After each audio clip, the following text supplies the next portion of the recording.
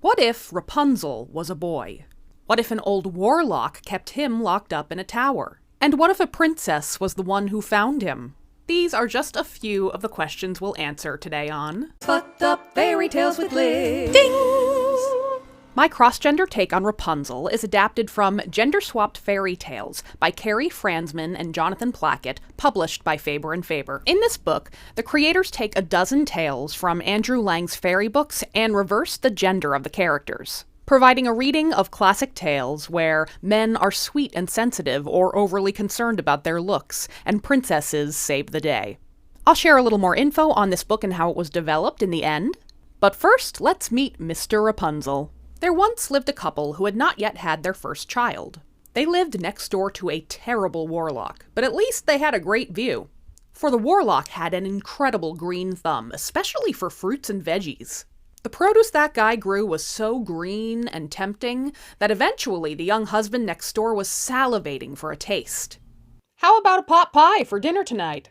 I've actually had this huge craving for greens. Have you seen the rampion that old warlock has grown this season? I'll pick some up at the farmer's market. Are you kidding me? You expect me to choke down that trash when we have the most brilliant, lush, greenest rampion growing right outside our window? It does look really good, but we can't take what's not ours. Well, I have to have it! I am going to die if I don't eat some of that warlock's rampion! That man put up such a fuss that finally his wife agreed to sneak into the warlock's garden to nab some of the greens. She waited until after sundown, and she hopped the fence. A gorgeous assortment of fresh produce surrounded her. Parsley, peppers, cabbages and celery, asparagus and watercress and fiddleferns and lettuce, and all right, you knew I had to. But no sooner had the young wife reached out a hand to pluck a leaf when she noticed a shadow pour over her. "You dare to lay hands on my hard-grown produce like a common thief?" "I am so sorry, sir. I would normally never dream of stealing. But my husband has been desperate to sample some of your rampion, so much so he refuses to eat anything else. I'm afraid he'll starve himself if he can't have a taste." Well, you know what they say. Flattery will get you anywhere. You can have as much rampion as you want. Really? Well, not for free. You'll owe me a life in exchange. What? You must give me the child you are about to bring into the world. Not for anything weird. I'll treat that kid like he's my own son. Oh, okay, phew. That's fine. Thanks for the lettuce. Rapunzel grew to be the most beautiful boy under the sun. He was such a treasure that when he was coming of age, the warlock hid him in a tall, tall tower in the middle of a deep, deep wood. The tower had no stairs, no door, just one small window to look out on the world. Rapunzel himself was not permitted to leave, but the warlock came and went as he pleased. For Rapunzel, even at that young age, hit puberty hard. For he grew the longest, most beautiful golden beard a man could ask for. "Rapunzel! Let down your golden beard." "Hey, Dad, here it comes." Rapunzel's beard was like spun gold, and it fell 20 yards down the side of the tower. And either he had some kind of anchor in the windowsill for that thing, or he had a superhuman jaw. For the warlock would grab hold of that beard, and that's how he got inside the tower window.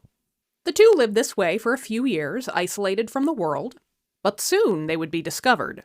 You see, Rapunzel just loved to sit at his window and sing. And one day he was overheard by a princess riding through the wood.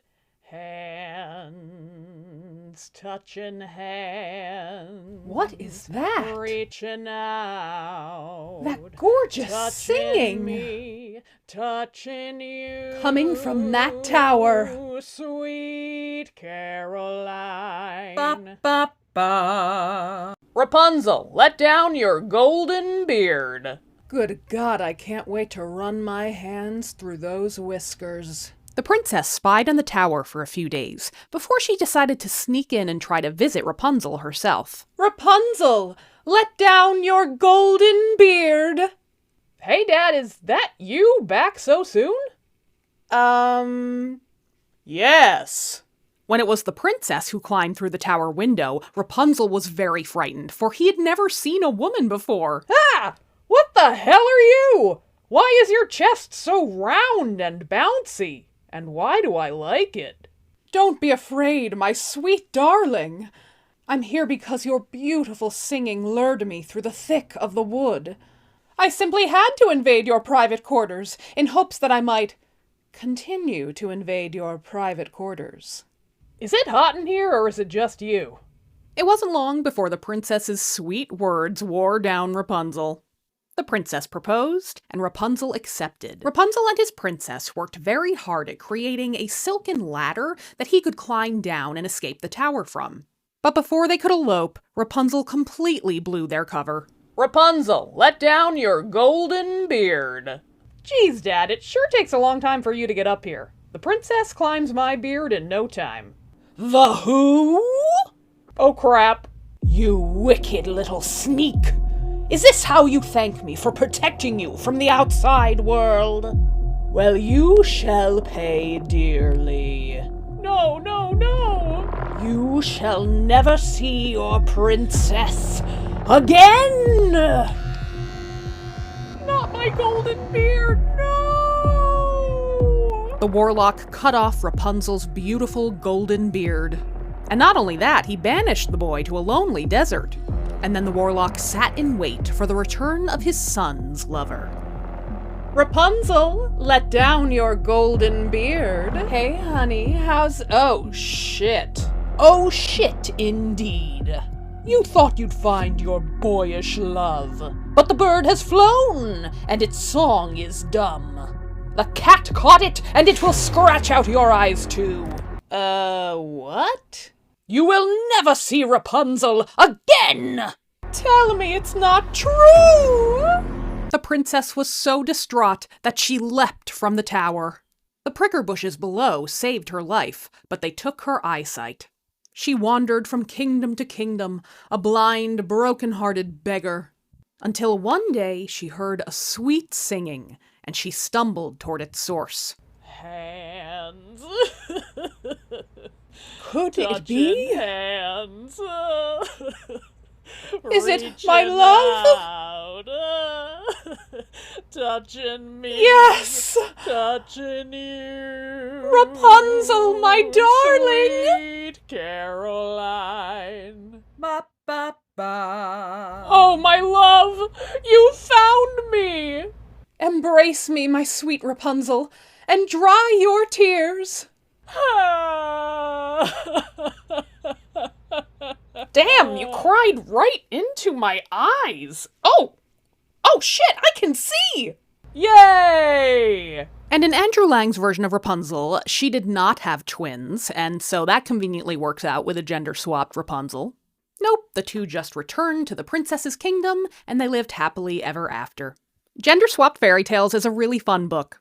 Jonathan Plackett is a digital creator, so he created an algorithm that took the Andrew Lang tales and merely switched the gendered terms.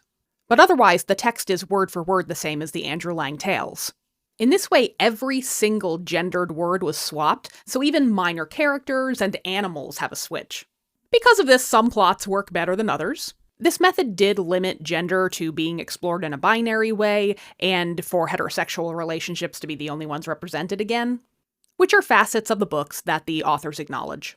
But it's still an enjoyable reading experience, provides another options for parents who want to share fairy tales. I'd love to hear how Rapunzel hit you differently with a damseled young man, and a heroic princess, and an overprotective warlock. My thanks to Karrie Fransman and Jonathan Plackett and Faber Faber for allowing me to adapt a tale. And you can pick up the book wherever you get books.